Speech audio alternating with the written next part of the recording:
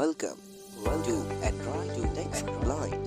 Please subscribe and press the bell icon so you never miss any update. Thank you. Lecture number 4 keyboard orientation.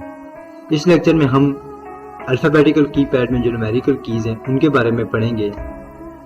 जैसे आपने alphabetical keys की practice की थी ASDFJK semicolon पे चारों उंगलियां आपने रख कर अल्फ़ाबेट्स की टाइपिंग की थी, इसी तरीके से आपने हाथ को यहीं पे रखना है और ऊपर वाली लाइन यानी QWERTYUIOP के ऊपर जो लाइन है न्यूमेरिकल कीज़ की उनको भी इसी तरीके से लिखना है। दोनों हाथ को ASDFJK सेमीकोलन पर रखना है और यहाँ से हमने फिंगर को मूव करना है। जैसे A से 1, A की उंगली A वाली उंगली उठा के 1 लिखना है और वापस A पे रख देना है। दूसरी S वाली उठानी है और 2 लिखना है और वापस S पे रख देना है। इसी तरीके से 3 वाली उठानी है और D वाली से 3 लिखना है, F वाली से 4 लिखना है और F वाली से ही 5 लिखना है। यहाँ पे ये याद रखना है कि अगर आपका हाथ आसानी से मूव नहीं कर रहा तो आप जैसे 1 2 लिखना है तो आप D और F वाली फिंगर को DF पे रख के बाकी दूसरी पीछे वाली जो दो हैं A और S वाली इन दोनों को उठा लें। ठीक है, जैसे उठा लिया हमने 1 लिखा, ये S वाली भी हाथ वहाँ से उठ गया। इसी तरीके से जब आप 4 और 5 लिखेंगे तो आपकी A S पे 2 उंगलियां होनी चाहिए और आपने 4 3 4 5 को लिखना है। और इसके बाद 5 के बाद अगर आपको आसानी होती है 6 लिखने में लेफ्ट हैंड से F वाली उंगली से आप 6 इजीली लिख सकते हैं तो आप 6 उसी से लिख लें। ऐसे 5 के बाद 6 इजीली लिखा गया इसे लेफ्ट हैंड से। उसके बाद J वाली उंगली से 7 लिख लें, K वाली से 8 लिख लें, L वाली से 9 लिख लें और सेमीकोलन वाली से 0 और डैश लिख लें।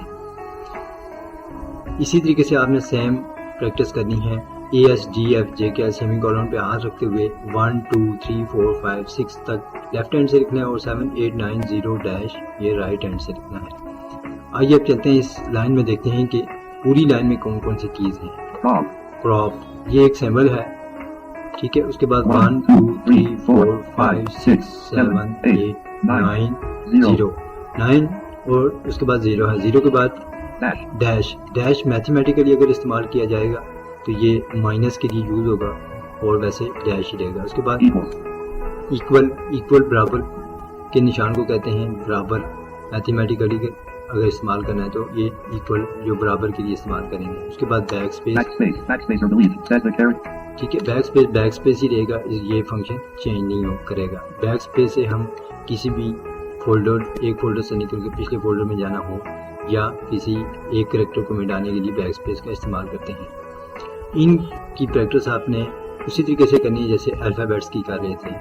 ये बहुत ज़रूरी है क्योंकि आपने न्यूमेरिकल काम भी करना होता है और अल्फ़ाबेट्स भी साथ देखने होते हैं। इसके अलावा माइक्रोसॉफ्ट एक्सेल में इन कीज़ का बहुत अहम किरदार है क्योंकि ये कीज़ सिंगल भी फंक्शन करती हैं और शिफ्ट के साथ भी दूसरे फंक्शन करती हैं।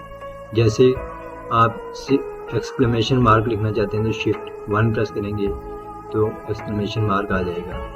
ये आगे अगले लेक्चर में हम पढ़ेंगे कि ये शिफ्ट के साथ कौन कौन से फंक्शन करती हैं। उम्मीद है कि इस लेक्चर की आपको समझ आ गई होगी।